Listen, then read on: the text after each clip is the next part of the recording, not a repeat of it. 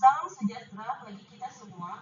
Perkenalkan, saya Laura Kristi Senturi, salah satu peserta Lansar CPNS 2022, Angkatan 11, kelompok 3, dengan nomor urut 29.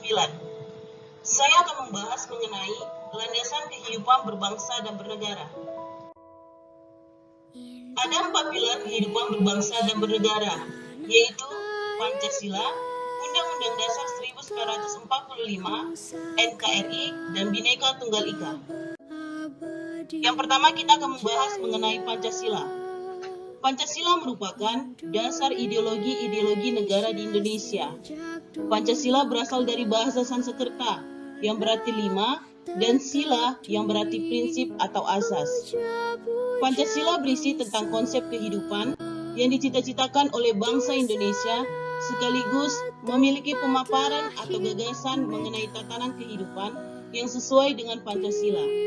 Pancasila sebagai dasar yang berlaku di Indonesia memiliki banyak nilai yang terkandung di dalamnya, yaitu sila pertama, ketuhanan yang Maha Esa, yang memiliki arti kemerdekaan beragama bagi seluruh bangsa Indonesia.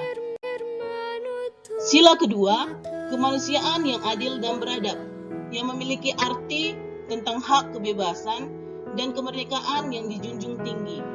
Sila ketiga, persatuan Indonesia, yang memiliki arti gabungan dari beberapa bagian yang menjadi satu, yang artinya bulat tidak terpecah.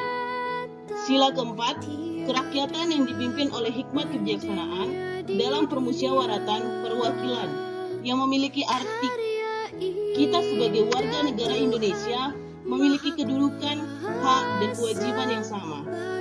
Sila kelima, keadilan sosial bagi seluruh rakyat Indonesia, yang memiliki arti bahwa setiap warga negara Indonesia mendapat perlakuan yang sama dan adil dalam bidang hukum, politik, sosial, ekonomi, dan kebudayaan. Yang kedua, kita akan membahas mengenai Undang-Undang Dasar 1945. Undang-Undang Dasar Negara Republik Indonesia tahun 1945 adalah konstitusi negara sebagai landasan konstitusional bangsa Indonesia yang menjadi dasar hukum dalam penyelenggaraan kehidupan masyarakat, berbangsa, dan bernegara. Undang-Undang Dasar 1945 merupakan keseluruhan naskah yang terdiri dari pembukaan dan pasal-pasal.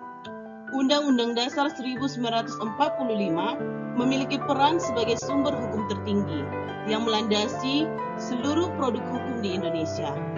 Produk-produk hukum ini berupa peraturan presiden hingga kebijakan pemerintah lainnya yang harus dapat dipertanggungjawabkan sesuai dengan Undang-Undang Dasar 1945. Undang-Undang Dasar 1945 memiliki sifat yang mengikat, sehingga letak norma dan aturan yang ada dalam Undang-Undang Dasar 1945 wajib ditaati oleh seluruh rakyat Indonesia. Sebelum diamandemen, Undang-Undang Dasar 1945 terdiri atas A. Pembukaan yang terdiri dari 4 alinea, B. Batang tubuh yang terdiri dari 16 bab, 37 pasal, 65 ayat aturan utama, 4 pasal aturan peralihan, 2 ayat aturan pertambahan. C. Penjelasan yang terdiri dari penjelasan umum dan penjelasan pasal demi pasal. Setelah diamandemen, Undang-Undang Dasar 1945 terjadi pergeseran kekuasaan presiden dalam membentuk undang-undang yang diatur di dalam pasal 5. Berubah menjadi presiden berhak mengajukan rancangan undang-undang dan Dewan Perwakilan Rakyat memegang kekuasaan membentuk undang-undang terdapat di dalam pasal 20. Yang ketiga, kita akan membahas mengenai NKRI. Berdasarkan latar belakang terbentuknya Indonesia, bisa disimpulkan bahwa NKRI merupakan suatu bentuk negara yang terdiri atas wilayah yang luas dan tersebar dengan bermacam adat, suku, keyakinan, serta budaya yang memiliki tujuan dasar menjadi bangsa yang merdeka, bersatu, berdaulat, adil, dan makmur. NKRI merupakan negara kesatuan yang berbentuk republik dengan sistem desentralisasi yang terdapat di dalam pasal 18 Undang-Undang Dasar 1945, di mana pemerintah daerah menjalankan otonomi seluas-luasnya di luar bidang pemerintahan yang oleh undang-undang ditentukan sebagai urusan pemerintah pusat. Tujuan dan fungsi NKRI adalah melindungi segenap bangsa Indonesia dan seluruh tumpah darah Indonesia, memajukan kesejahteraan umum, mencerdaskan kehidupan bangsa, dan ikut serta melaksanakan ketertiban dunia yang berdasarkan kemerdekaan, perdamaian, dan keadilan sosial.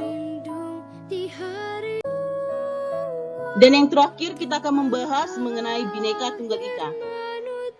Bhinneka Tunggal Ika adalah berbeda-beda tetapi tetap satu, yang artinya bangsa dan negara Indonesia terdiri atas beraneka ragam suku bangsa yang memiliki kebudayaan dan adat istiadat yang bermacam-macam, serta beraneka ragam kepulauan wilayah negara Indonesia.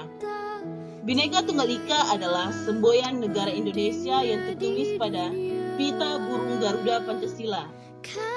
Implementasi Bhinneka Tunggal Ika. Yang pertama, perilaku inklusif, yaitu semboyan Bhinneka Tunggal Ika memandang dirinya sebagai individu atau kelompok masyarakat, di mana kelompok ini menjadi satu kesatuan dalam masyarakat luas.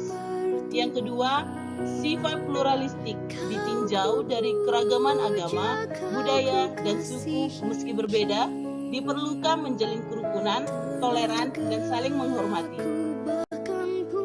Yang ketiga, tidak mencari menangnya sendiri. Penerapan semboyan ini untuk menghormati dan menghargai pihak lain, seperti menerima dan memberi pendapat dalam kehidupan yang beragam. Yang keempat, musyawarah yang membentuk kesatuan yang mencapai mufakat. Yang kelima, rasa kasih sayang dan rela berkorban. Dan yang terakhir, toleran dalam perbedaan. Demikianlah yang dapat saya sampaikan. Akhir kata saya ucapkan terima kasih.